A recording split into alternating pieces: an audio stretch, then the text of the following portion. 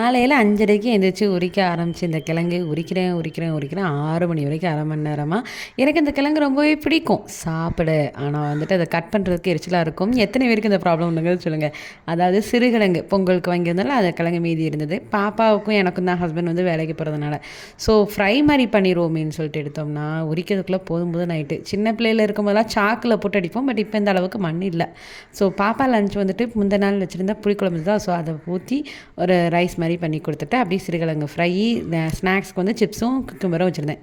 இந்த அம்மாவுக்கு வந்துட்டு சாப்பிட்றது போகிறது என்னமோ அரை தோசை தான். அதில் டெக்கரேஷன்லாம் வைக்கணும்னு சொல்லிட்டு இருந்தால் ஒரு சின்ன துண்டு சிப்ஸ் தான், அப்புறம் வந்து ஒரே ஒரு கடலையாம் வச்சு அவளுக்கு விட்டணுங்க. சாப்பிட போகிறது அரை தோசை, அரை கிளாஸ் பால்.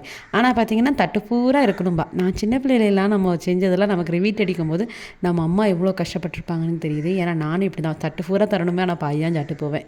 நீங்கள் எப்படிங்கிறத கமெண்ட்டில் ஷேர் பண்ணுங்கள். கொஞ்சம் ரீபாட்டிங் ஒர்க்கும் இருந்தது. அதுக்கான மண்கலவையும் ரெடி பண்ண ஆரம்பிச்சாச்சு.